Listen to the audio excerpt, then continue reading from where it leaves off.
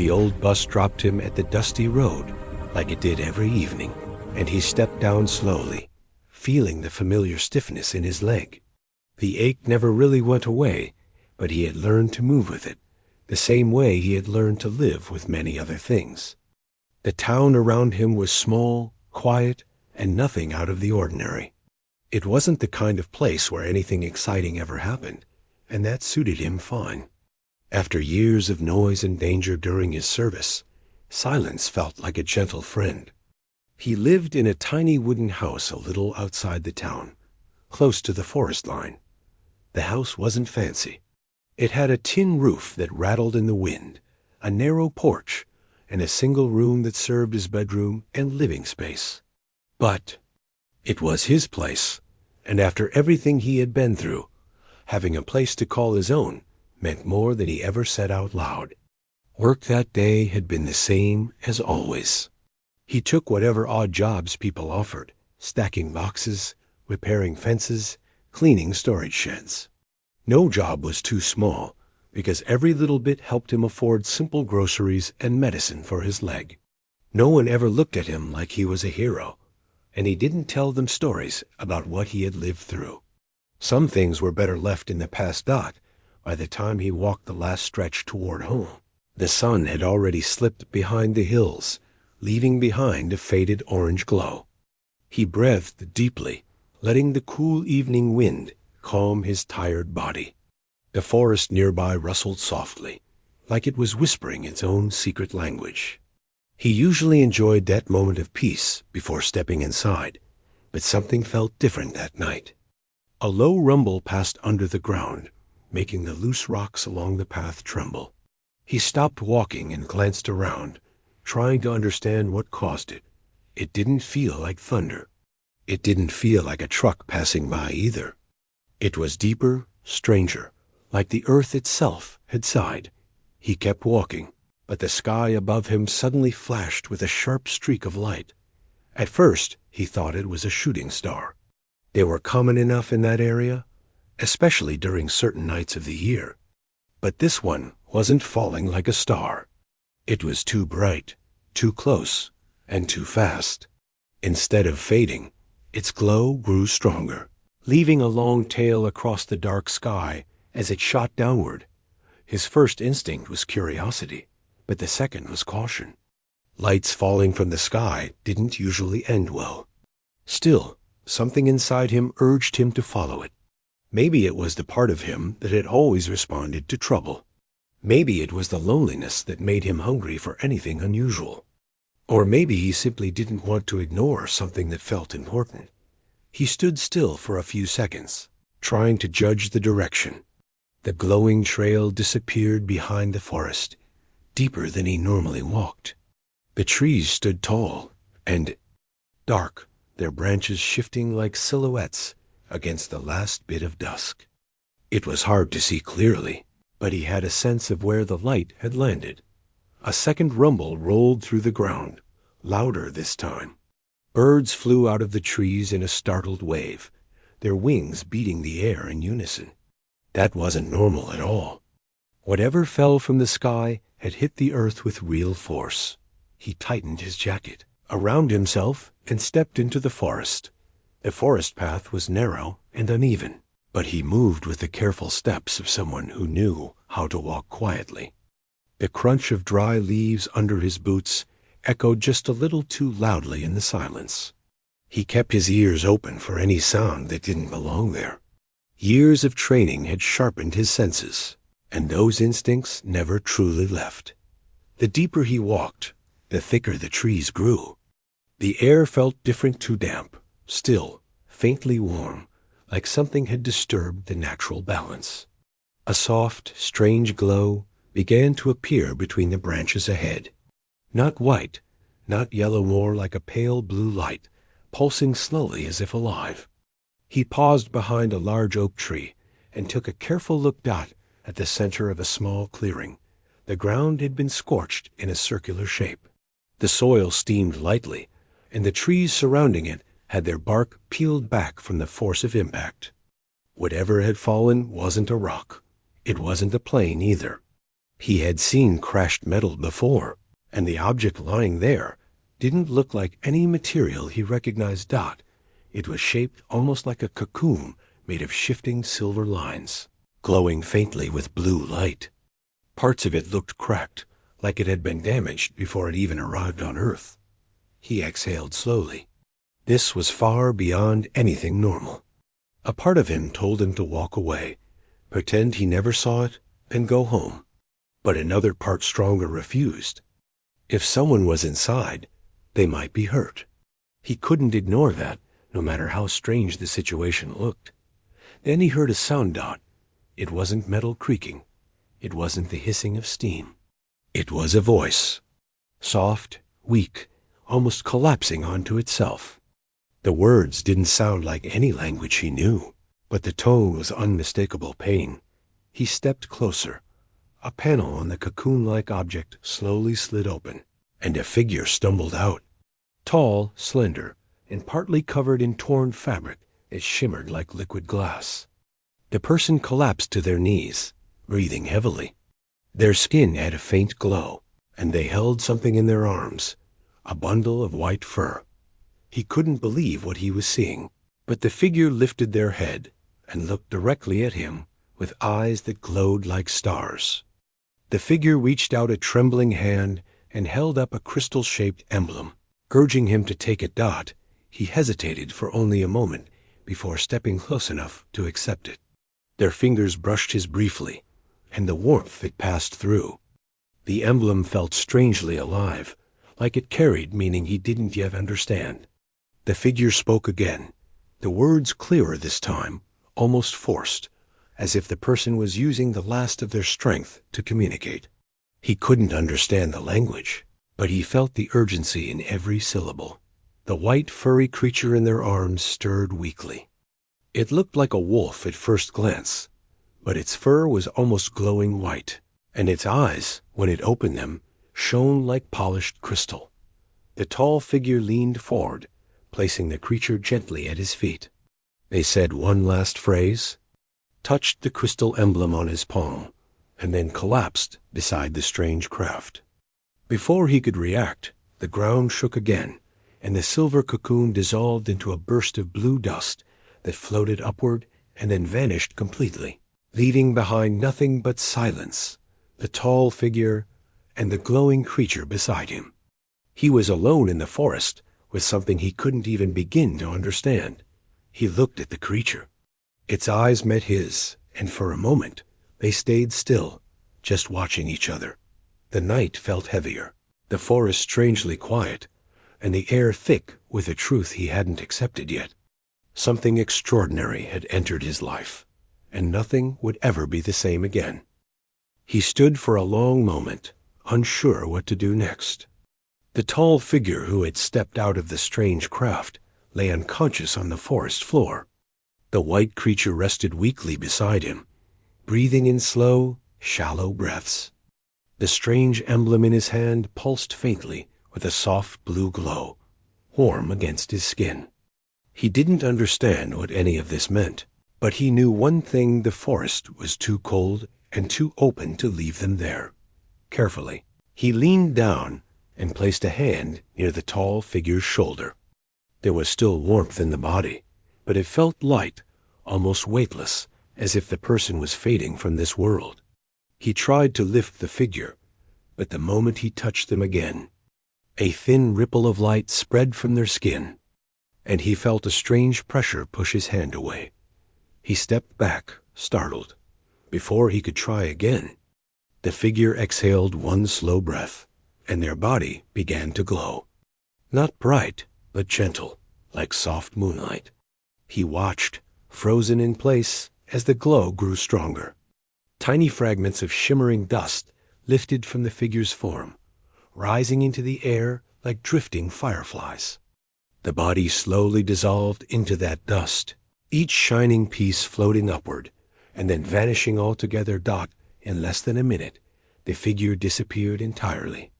No body remained, no clothing, no trace of their presence. Only the faint scent of something metallic and clean hung in the air. He stood there speechless. It wasn't fear he felt. It was something else, shock mixed with awe. He had seen strange things during his time in the army, but nothing like this. This was beyond anything human.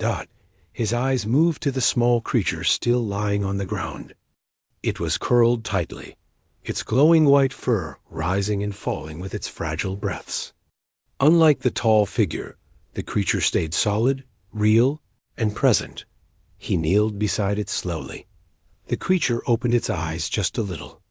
Those crystal blue eyes met his again, and he felt something stir inside him, a strange, quiet pull. Like the creature was looking right through him, reading him in a way humans never did. "It's all right," he whispered, feeling strange talking to it, but doing so anyway. "You're safe. I won't hurt you."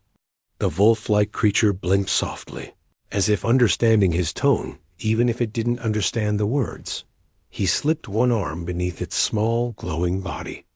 It weighed less than he expected, almost like holding a large bundle of soft cloth. The creature didn't resist.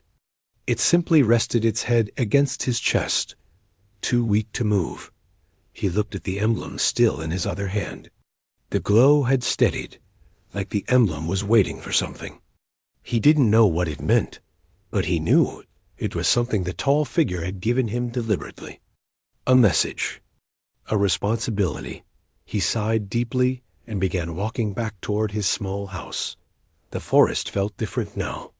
Every sound echoed just a little more loudly, the wind pushing through the branches, the soft crunch of soil under his boots, the distant hoot of an owl. He kept glancing around, half expecting something else to appear from the darkness. But the forest stayed calm, as if protecting the secret he now carried. By the time he reached the edge of his yard, the night had fully settled over the land. His small house looked almost fragile against the vast darkness, but tonight it felt like a sanctuary, even if he didn't know exactly what he was bringing inside. He pushed the door open carefully and stepped in. The room smelled of old wood, coffee grounds, and the soap he used to clean the place. He laid the creature gently on a folded blanket near the heater. The moment the warm air reached it, a soft glow shimmered across its fur. He sat down beside it, unsure what to do next. The creature's breathing was slow but steady. He wasn't a vet, and he had no training with animals beyond basic care. But this wasn't even an ordinary animal. Its fur glowed faintly, and its paws had soft, luminous patterns along them, like markings drawn with light. He reached out and placed his fingers lightly on its side, careful not to startle it. The creature made no sound, but he felt it shift slightly, leaning into his touch. That tiny bit of trust made something warm grow in his chest. He didn't know what the creature had gone through before landing here, but whatever it was, it had left it weak and alone. And despite everything, he felt a strange protective instinct rise inside him. He had seen abandoned things before: injured soldiers, scared animals, broken equipment. He knew what it looked like when something or someone had been discarded, and this creature looked abandoned. He sat with it for a long while, just watching over it. The room was quiet, except for the gentle hum of his old heater. Outside, the forest whispered softly, like the world was holding its breath. After some time, the creature lifted its head just enough to look at him again. Its eyes were clearer now, the glow inside them brighter. He felt a strange twist in his stomach, as if he were about to witness something impossible. The creature opened its mouth slightly. A sound came out. Not a growl, not a whimper. A sound shaped like a word. At first, it was faint, barely a whisper. It didn't sound human, but it didn't sound like an animal either. It was something in between, a soft, clear voice trying to form meaning. He froze. The creature tried again. This time the sound was clearer, slow and trembling, but unmistakably shaped like human speech. Warm. He stared at it, not sure if he heard correctly. The creature blinked, then its gaze drifted around the room. Its ears twitched as if adjusting to a new world. Safe, it said softly, its voice fragile but real. He pressed his back against the wall, breathing hard. He wasn't afraid. He was stunned. Completely stunned. The creature looked up at him again, studying his face with careful curiosity. You? Help, it said. The words were uneven, like a child learning to speak. But they were words. You can talk? He whispered, as if speaking too loud might break the moment. The creature tilted its head, as if thinking, yes. Talk, it replied. The room felt too small suddenly, too quiet for something so unbelievable. He reached out a trembling hand, and the creature slowly placed its paw on it. Its touch was warm, gentle, almost soothing. He swallowed hard. What are you? He asked softly. The creature lowered its head slightly, as if the question carried sadness. Different, it whispered. Not wanted. There. The words hit him harder than he expected. Not wanted. He had heard that tone before, loneliness dressed as calm acceptance. The creature wasn't only injured. It was rejected. Left behind. Maybe even abandoned by the same figure who had vanished in the forest. He sat beside it again, letting the truth sink into him. The creature was alive. It could speak. And for reasons he didn't understand, it was now in his care. The small room sighed with warmth as the heater buzzed softly in the background. The creature curled closer to his leg, breathing steadily now. He didn't know what tomorrow would bring. He didn't know what the emblem meant or why the tall figure had chosen him. But he understood one thing clearly. The creature needed him, and he couldn't turn away. His quiet, lonely life had been changed completely in just one night. And though he didn't realize it yet, the creature resting beside him would pull him into a world far bigger and stranger than he had ever imagined. For now, though, it was just the two of them, sharing a small warmth in a cold night, beginning a bond that would reshape everything that came after. The heater hummed softly through the night, and he barely slept. Every time he closed his eyes, he would open them again to check on the strange white creature lying on the blanket. It slept quietly, curled like a small glowing cloud. At moments, its fur shifted with a faint shimmer, as if it carried light inside its skin. He sat nearby with his back against the wall, trying to understand everything that had happened. A falling craft. A tall figure turning into glowing dust. A strange emblem that felt warm in his hand. And now this creature, this small wolf-like being that could talk in a soft, childlike voice. Nothing in his life had prepared him for this. When morning came, pale sunlight filtered through the window. The creature stirred and slowly opened its eyes. It scanned the room, its gaze moving over the table, the old chair, the small shelf filled with tools and cans. Then its eyes settled on him. He wasn't sure what to say. So he simply nodded, as if greeting an old friend. The creature lifted its head. You still here? It asked in a fragile voice. Of course, he answered quietly. I said I wouldn't leave. The creature blinked, as if surprised by such simple loyalty. It tried to stand, but fell back onto the blanket. He leaned forward quickly, but the creature gave a tiny sound, almost like a laugh, soft and shy. Body. Weak, it said. Need rest. You've been through a lot, he replied. Anyone would be weak after that. The creature shifted its paws, studying them closely, then looked up again. You? Human? This? Place? Human home? Yes, he said. This is my home. The creature seemed to think deeply for a moment, its glowing eyes softening. Safe, it murmured. Quiet, not like... There. He sat quietly, unsure how to ask without sounding afraid. But the question pressed inside him until he could no longer keep it in. Where did you come from? He asked gently. The creature lowered its gaze, its ears folding back slightly. Far, it whispered. Very far. Not like this sky. Not like this world. He swallowed, trying to understand the gravity of that answer. Another world? He asked. The creature slowly nodded. He leaned back, feeling his breath catch for a second. He had guessed as much, but hearing it out loud, even in such simple, broken speech, made it real. Another world. An entirely different world had sent something down into his life. The creature spoke again. Small. Born. Wrong, it said quietly.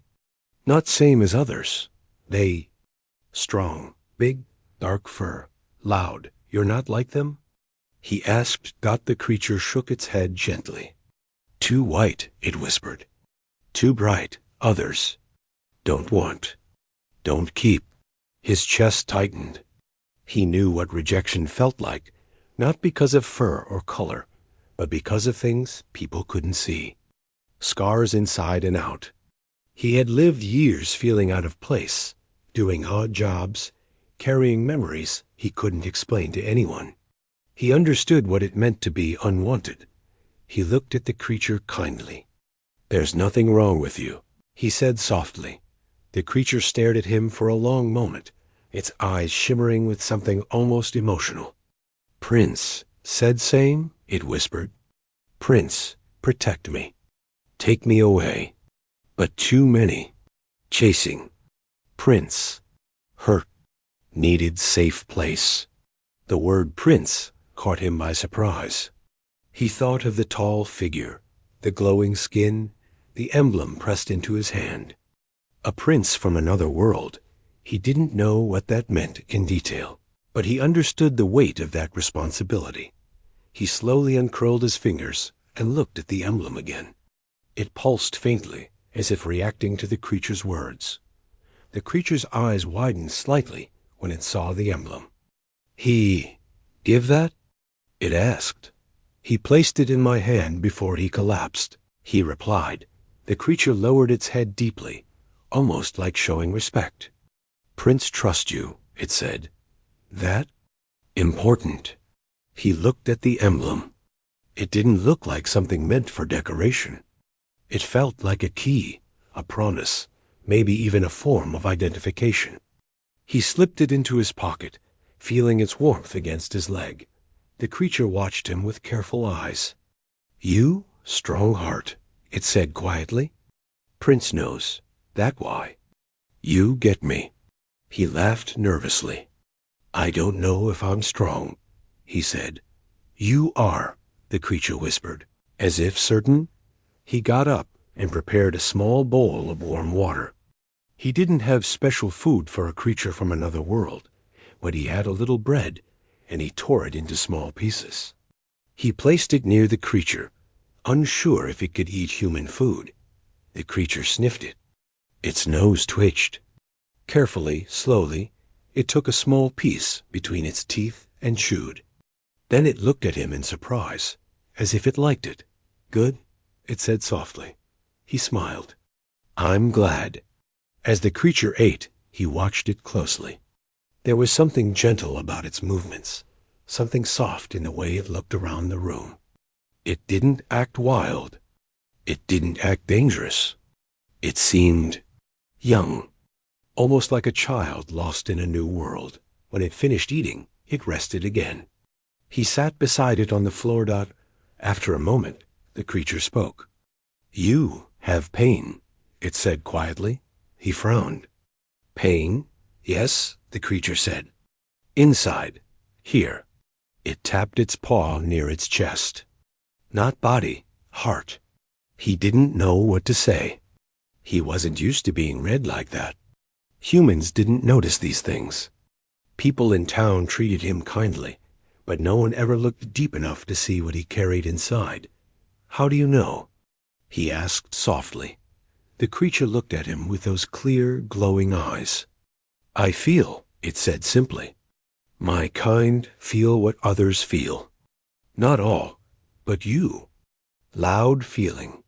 He looked down at the floor, unsure how to respond. Years of struggle, loneliness, memories of service that still haunted him. He had buried those feelings deep. But somehow, this small creature had sensed them in minutes. You protect others, the creature said. Even when you hurt. He blinked, surprised. How can you know that? The creature placed its paw gently on his knee. Because I see, I hear heart. Heart talks. Yours kind. He didn't know whether to laugh or cry. He had always felt invisible, like no one truly saw him. Yet this strange being, from a world he couldn't imagine, understood him in a way no human ever had.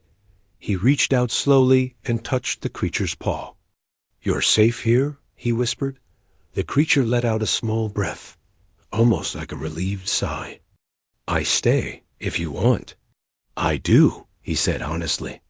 You can stay as long as you need. A soft glow spread through the creature's fur. It curled up beside him, resting its head near his hand. Its breathing became slow and calm, and for the first time since the night before, its body seemed completely relaxed. He leaned his head back and closed his eyes for a moment. The room felt strangely peaceful. For years he had lived alone, carrying the weight of past memories silently, day after day. But now, with this small being beside him, the silence didn't feel empty. It felt warm. After a while, the creature spoke again, its voice soft as a whisper. More come, it said. Those who chase. They come for me. He opened his eyes slowly. Here, to this town? Yes, it said. They follow. Scent, energy. Prince leave fast. They still search. He felt a cold weight settle in his chest. Why do they want you? The creature curled deeper into the blanket. Because I... Different, it whispered. Not like others. They think I dangerous. But I not. I just. Not same. He placed his hand gently on the creature's back. They won't take you, he said. Not while I'm here. The creature looked up at him with quiet gratitude. Thank you, it whispered. Dot outside, a bird chirped. The wind pressed softly against the window. Morning light grew brighter. His life had changed completely, but he didn't regret it. Something inside him had awakened, something protective and steady. He didn't know what the future held. But he knew one thing for certain. He wouldn't let anyone hurt the gentle creature that had trusted him, and he wouldn't run from whatever was coming, not this time. He woke up the next morning with a strange heaviness in his chest. Not the painful kind, but the kind that warned something important was coming. The creature was resting near the heater again, curled into a small glowing shape. It lifted its head the moment he moved, as if it had been awake for a while. You feel worried, the creature said softly. He nodded. I am. I keep thinking about what you said. That more might come. The creature's eyes dimmed for a moment. They follow energy. Prince used last power to bring me here. They trace that. Can they find this house? He asked. Yes, it whispered. But not yet. They slow. He looked around the room. His small home suddenly felt too open, too easy to break into. There were no locks strong enough to stop someone from another world. But he pushed that fear away. He had made a promise, and promises meant something to him. The creature stretched its front paws and tried to stand. Its legs trembled, but this time it stayed upright for a whole second before falling back. He moved quickly and helped steady it with both hands. Easy, he said. You're still recovering. The creature breathed slowly. Need sun, it whispered. Outside. Light help. He helped it move toward the front door.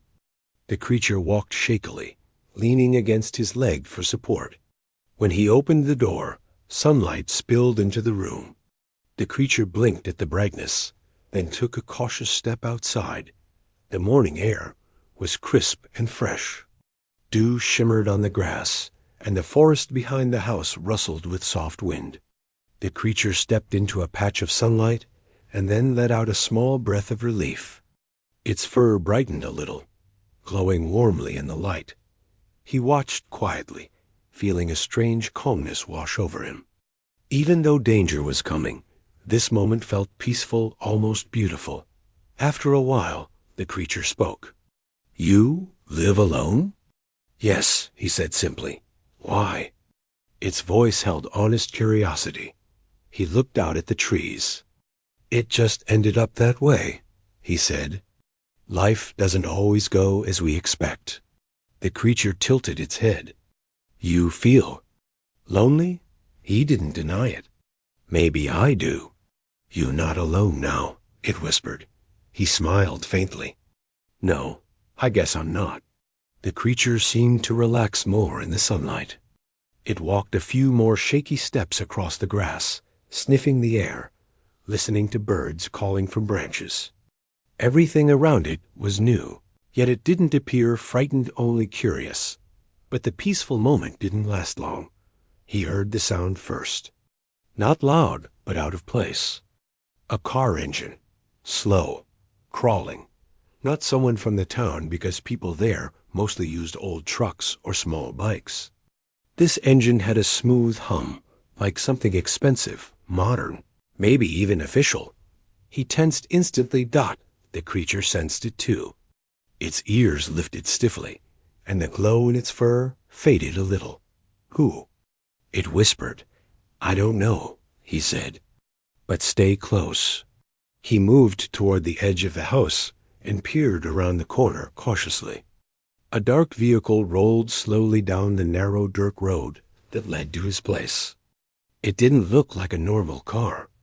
The windows were tinted so dark he couldn't see inside. It moved too carefully, as if scanning the area. His heart beat faster. The car stopped near his front gate. Two figures stepped out.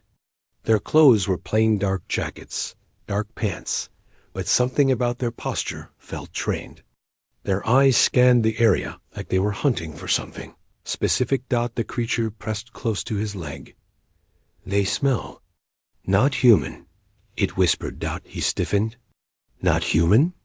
"Human body," the creature said softly, "but inside different, mixed, machine, and something else." He swallowed hard. These weren't regular people then, and they weren't here for him. They were here for the creature. One of the figures walked up to the gate and looked around. Then he spoke loudly, his voice calm and even. "We're searching for a missing animal. A dangerous one. We've had reports in this area. Please come out. We'd like to ask some questions." The words might have sounded normal to anyone else, but the tone, cold, too controlled, made his skin crawl. He whispered to the creature, "You need to stay out of sight." The creature shook its head. "If they see me, they take me. Hurt you. They won't see you," he said quietly.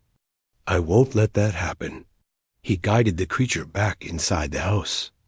It moved quickly despite its weak legs, understanding the danger clearly. He closed the door gently and lowered his voice. "Hide under the bed," he said. "Stay quiet." The creature looked conflicted. Not leave you. Just for now," he said. "I'm not going anywhere." The creature nodded reluctantly and slid beneath the bed, its glow dimming until it blended with the shadows. He took a slow breath, then stepped back outside. The two figures watched him approach. They offered polite smiles, but their eyes remained sharp, almost too sharp, like cameras disguised as humans.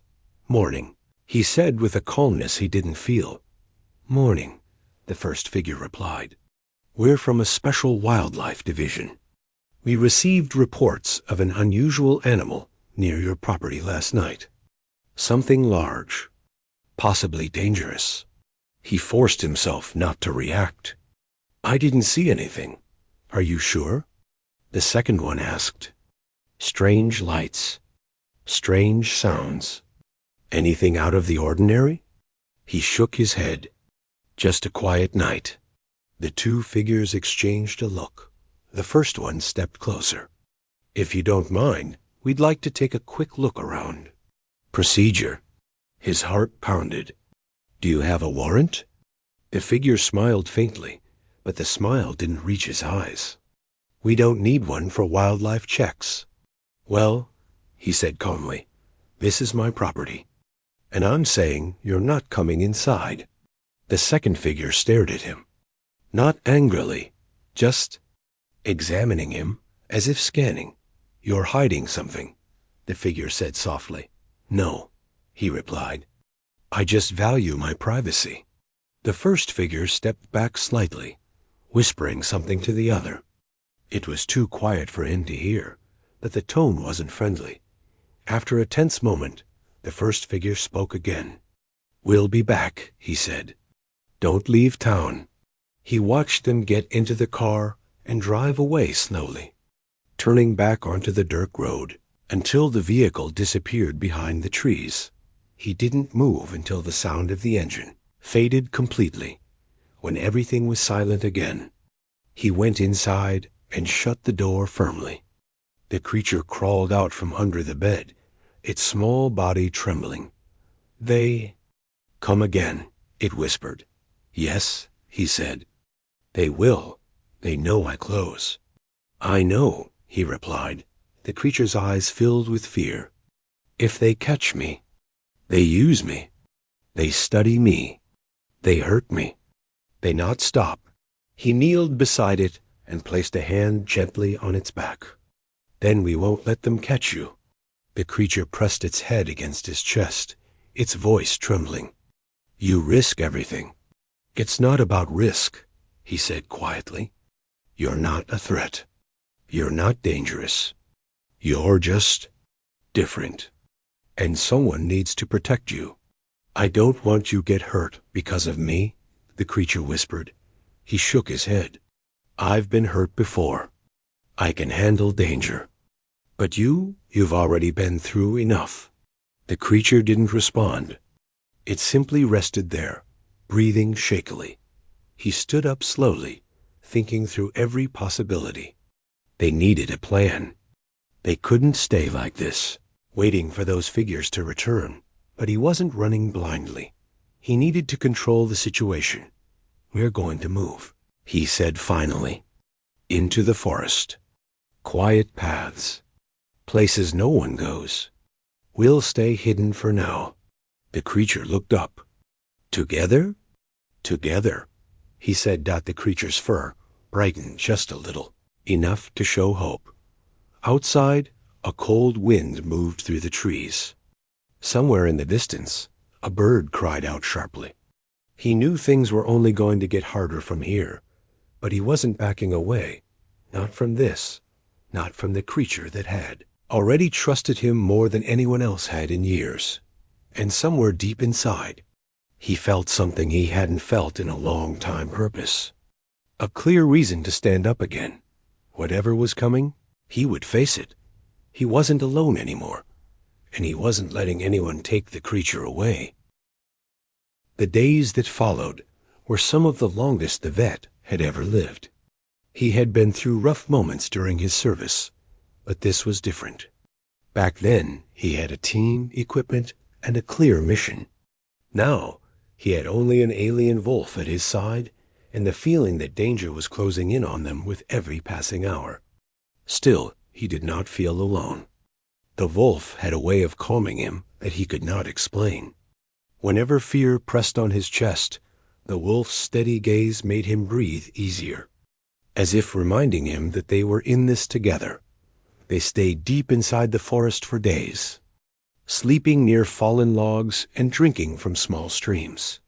The vet had learned to keep their movements unpredictable. He rarely slept more than a few minutes at a time, because every rustle in the leaves, every distant hum, made him fear that the wrong people had finally found him. The wolf stayed alert too, often sitting with its head raised, ears pointing in different directions, like antennas sensing everything around them. One night, while they rested near a narrow riverbed, The wolf suddenly lifted its head. The vet knew what that meant. He grabbed his small bag and stood up.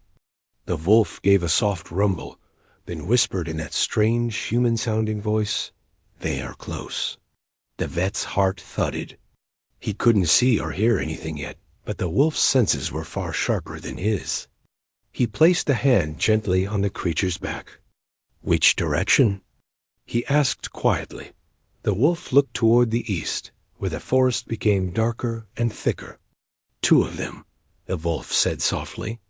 "They walk with slow steps. They think they are hidden." The vet wasn't surprised.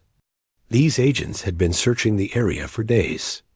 They had drones, trackers, and technology he couldn't understand. But the wolf had something else, something almost instinctive that let it sense danger far before humans could. He whispered, "We need to move now." They slipped through the trees, stepping carefully to avoid dry branches that might snap. The forest floor was damp with scattered leaves. The air had a faint coolness that carried the smell of pine. The wolf moved with surprising grace for its size. Its white fur seemed to glow faintly, but in the thick forest shadows, it blended better than expected. After they had moved far from the riverbed, the vet finally allowed himself to sit. He leaned against a tree, trying to catch his breath. The wolf sat beside him and said quietly, "You are tired." The vet let out a small laugh, more breath than sound.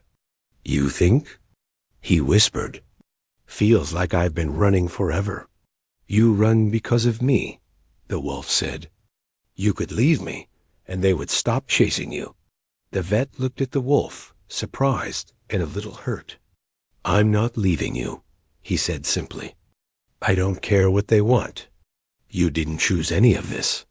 You didn't ask to be hunted." The wolf lowered its head. "I was born different in my world. Because of that, they saw me as weak." "You're not weak," the vet said firmly. "You're the strongest thing I've ever seen." There was a moment of silence as the wolf processed his words. Then it whispered, "You protect me, even when it puts you in danger." "Not many would do that." "That's what people do when they care," the vet said quietly. "Someone has to stand up for you." From the wolf's expression, those words meant more than the vet might ever understand. The next morning, the forest felt different. The wind blew harder, carrying a strange hum. When the vet looked at the sky through the thick branches, he saw faint streaks like thin trails of light. The wolf stared upward too. "They are moving faster now," the wolf said. "They want to end this today." The vet felt something heavy in his stomach. He checked the few supplies he had left. There wasn't much, just a bottle with a bit of water, a few pieces of dried food, and the glowing emblem the prince had placed in his hand the night. Everything changed. He had no idea what the emblem truly was, or why it mattered, but he kept it close as if it were a key to something important. They walked until the trees thinned out, and sunlight filled a wide clearing. The vet froze. The clearing was peaceful, with soft grass and a gentle slope, but he knew immediately that something was wrong. The wolf stepped forward slowly, sniffing the air. "We are not alone," it whispered. Before the vet could respond, a mechanical hum echoed through the clearing. Then 3 figures emerged from between the trees. They wore dark gear, smooth helmets, and carried devices that looked like futuristic scanners. Their movements were calm, practiced, and confident. The vet stepped in front of the wolf out of instinct. His hands were shaking slightly, but he held his ground. One of the figures spoke, voice softened by a mask that made it sound cold and distant. "We don't want to harm you," the figure said. "We only want the creature." The vet felt anger rise in his chest. Every part of him wanted to scream, but he kept his voice steady. "He's not a creature. He's alive. He's thinking, feeling, and talking. He doesn't deserve to be treated like some object." "You do not understand what he carries," the figure said. "His abilities are unstable. He is dangerous. Dangerous? The vet repeated. He's been nothing but kind. You're the ones chasing him. The three figures stepped closer, as if they had already decided how this would end. The vet clenched his fists, knowing he had no weapon except his determination. He whispered behind him, "Stay behind me." But the wolf didn't move. Instead, it stepped beside him, standing close enough that their shoulders touched. "I will not let them take you," the wolf said softly. The agents moved in. One lifted a device that emitted a sharp, high-pitched sound. The wolf winced, its glowing eyes tightening with pain. The vet snapped, "Stop! You're hurting him." The figure continued to advance. The vet knew he had only seconds to act, even if he had no plan. He took a step forward to shield the wolf fully, and that was when everything changed. A deep hum built in the air, low at first, and then rising like a vibration, shaking the ground itself.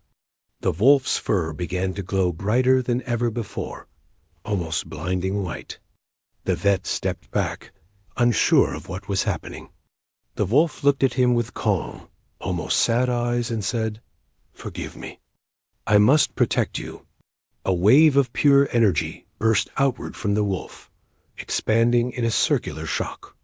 The vet braced himself, but the energy passed through him gently, like warm wind. The agents were not so lucky. Their devices sparked and shut down instantly. Their helmets flickered, and all three stumbled backward as if they had lost control of their senses. The forest became silent again. The wolf collapsed after releasing the energy, breathing heavily. The vet rushed to its side, lowering himself to the ground. "Hey, stay with me," he said softly. "I used too much," the wolf whispered, voice weak. "I did not want you to be hurt." "You saved me," the vet said. "You saved both of us." Before he could say anything more, the sky above them parted with a burst of light. A circular opening formed, shimmering like a floating window. A tall figure stepped through a familiar one. The Galactic Prince. The prince landed softly on the clearing, looking stronger and healthier than before. His gaze moved from the injured agents to the wolf, then to the vet. "You kept him safe," the prince said. The vet stood slowly. "I tried my best." "You did more than that," the prince replied. "You showed loyalty that few in any world would show." The prince knelt beside the wolf, touching its fur with care. The wolf looked up at him, but its gaze shifted back to the vet, as if asking what would happen next. The prince turned to the vet. "I owe you a debt that cannot be measured," he said, "and I offer you something in return. The wolf chooses you. If you wish, you may stay his guardian for life, recognized not just here, but across worlds." The vet was speechless. He had started as a man barely getting by, living alone in a small town. Now he was being offered a place beside an alien wolf and a prince from another realm. "What does that mean for us?" he asked. "It means safety," the prince said. "Respect, purpose, and a bond that will never be taken from you." The vet looked at the wolf, whose eyes held both hope and trust. He nodded slowly. "I'll stay with him. As long as he needs me?" The wolf closed its eyes, relieved. The agents, now recovering, stared in stunned silence. The prince raised his hand, and the opening in the sky widened. A beam of soft light covered the clearing. The agents backed away, realizing they were outmatched and out of authority. The prince turned to the vet. "Come, a new chapter waits." The vet placed a hand on the wolf's back. Together, they stepped toward the light. For the first time in a long time, he felt something he thought he had lost forever belonging. He didn't know what the future held, but he knew he wasn't facing it alone. The wolf walked beside him, glowing softly, no longer rejected or hunted.